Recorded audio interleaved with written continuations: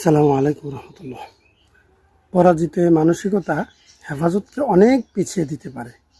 হেফাজতের মহাসমাবেশ থেকে কিছু বক্তা বেশ্যা বলে সম্বোধন করেছে পতিতালয়ের সাথে সম্পৃক্ত কিছু নারীকে। এতে তাদের ইজ্জত চলে গেছে। পতিতাবৃত্তি করা এটা ইজ্জত যাওয়ার নয়, বেশ্যাবৃত্তি করা এটা ঠিক আছে।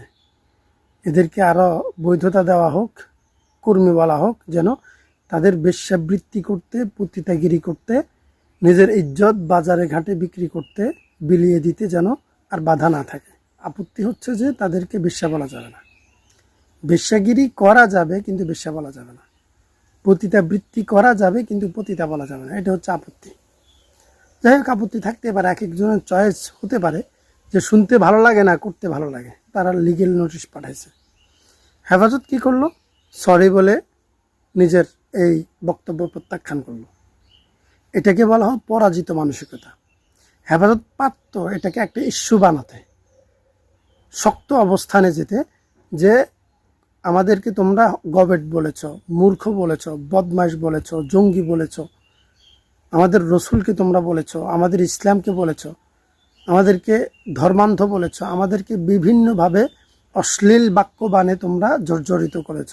সুতরাং এই যে উমামা বদমাইশ বলেছে, গবেট বলেছে, তোমরা আগে ক্ষমা চাও।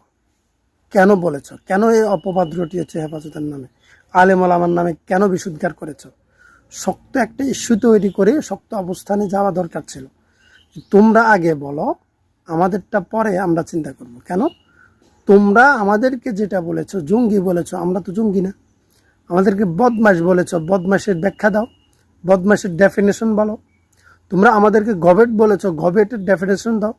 আমাদেরকে মূর্খ বলেছ, পিছিয়ে পড়া বলেছ, আমাদেরকে মধ্যযুগীয় বর্বরদের সাথে তুলনা করেছ, তোমরা এটার ব্যাখ্যা দাও, তোমরা সরি বলো।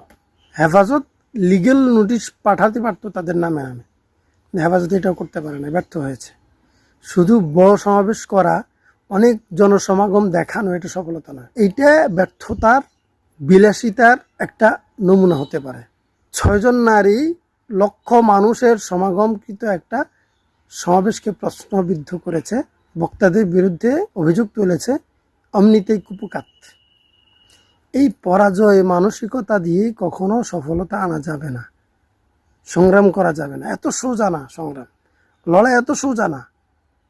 মাইক ফাটিয়ে বক্তব্য দেয়া, লক্ষ মানুষকে জমায়েত করে ফেলা অনেক সহজ, অনেক সহজ। বিজয় হওয়ার জন্য হিম্মত লাগে, নিজের কর্মের পক্ষে দৃঢ়তা লাগে, দৃঢ়চেতা মানুষ লাগে, এবং ইস্যু তৈরি করে হিট করার মানসিকতা তৈরি করতে হয়। আমরা পারিনি, একটা নোটিশ পাঠাতে পারিনি আজ পর্যন্ত। গভর্নমেন্ট বলেছে যে আমাদেরকে, আর সে নোটিশ করেছে আমরা কুপকাত।